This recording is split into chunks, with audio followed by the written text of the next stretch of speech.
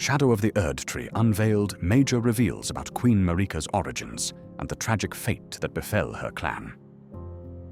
To briefly summarize their story, the Numen, or Shaman, originally sailed to the lands between from another continent. Because their bodies were gifted with unique, life-blending properties, they became persecuted by the Hornsent civilization, who sacrificed them in gruesome rituals. One such practice was the production of living jars. Looking back upon the original game with this new context in mind, one might notice a pre-existing connection, featured in-game long before the DLC's release. At the end of Jarberg's questline, Dialos is slain while defending the village from poachers. When the Tarnished returns to Jarberg, a Numen's rune can be looted from Dialos's body. One plausible explanation is that Dialos himself was a Numen, though there aren't any clues supporting that theory.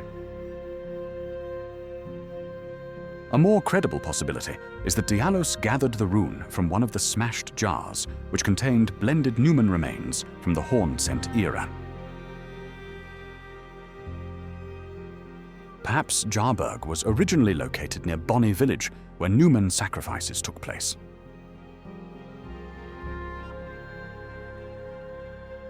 In all likelihood, this particular Numen rune was a bit of foreshadowing on From Software's part, subtly hinting at a narrative link between Marika and the living jars.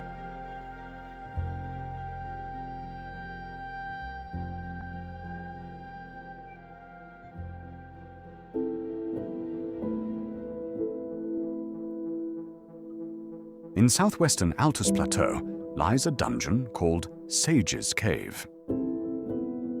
Several hints suggest a connection between Miquella and this cave, such as Trina's lilies flanking its entrance. Inside, players may find the Candletree wooden shield. Before the DLC's release, many players believed its description referred to the burning of the Erdtree. In hindsight, though, this mysterious prophecy likely hinted at Shadow of the Erdtree's plotline all along. The Candletree symbol was seen as surreptitious, likely because it symbolizes an alternative to Marika's order. We know Miquella was well aware of his mother's past and the original sin that resulted in her ascension. This hidden cave might have been a place of secret research, where he conceived his plan to become a god.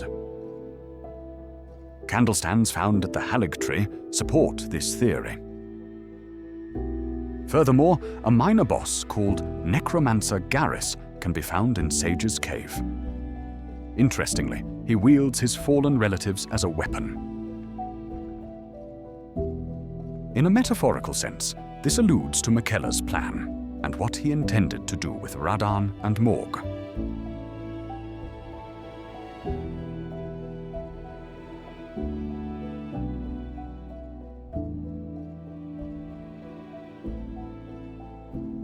Oracle envoys are found in two locations, Leyndell and the Haligtree. Their appearance is said to herald the arrival of a new god. Thus, their presence at the Haligtree was originally believed to be linked to Malenia and her foretold ascension as goddess of scarlet rot.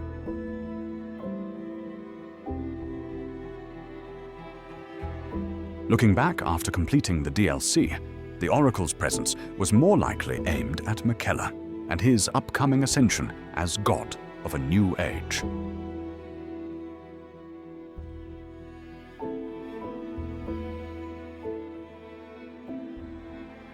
Prior to Shadow of the Erdtree's release, many theories about Miquella focused on the Bewitching branch, a consumable item that allows players to temporarily turn enemies into allies.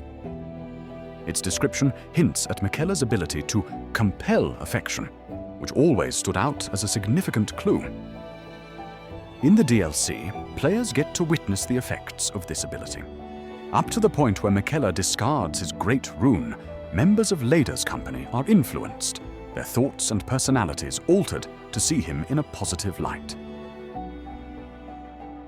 Later on, when the Tarnished faces the newly ascended god, Radahn's spirit seems to fall under his influence as well.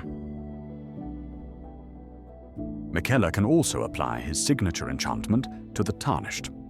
Lord of the Old Order, let us go together. In retrospect, it's clear the Bewitching branch was a major hint of Miquella's abilities.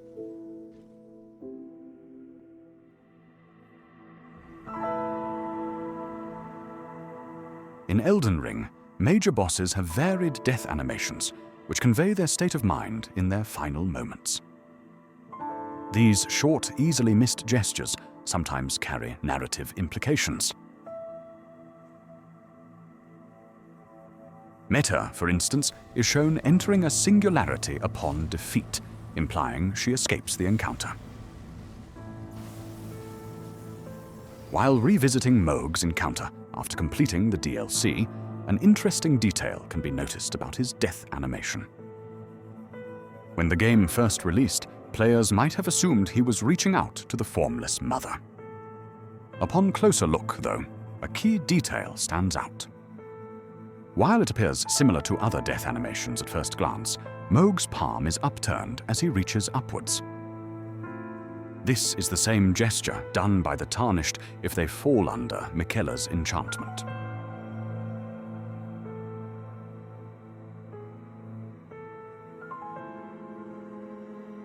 Throughout the main story, Gideon Ofnir offers precious insight to the Tarnished about the demigods.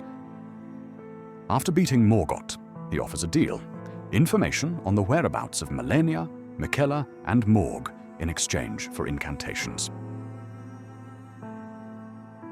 When the Tarnished informs him of what happened at Mohgwyn Palace, this is what he has to say. Ah, I see. So Miquella was with the Lord of Blood after all. That is some fine intelligence indeed. With it, the final clue has been brought into the light. One of the last few pieces of the round table. I need to put everything together. Well, I wonder what comes next. If he continues his slumber within the cocoon, all would be well. But perhaps it would be safer to destroy it. Miquella is the one thing that remains a mystery to me. Clearly, Gideon seems concerned about the possibility of Miquella leaving his cocoon. Whether or not he was aware of the Shadowlands' existence remains a mystery, though he probably suspected something was afoot with Miquella. This concludes today's video. If you enjoy my content, be sure to like and subscribe. Thank you for watching.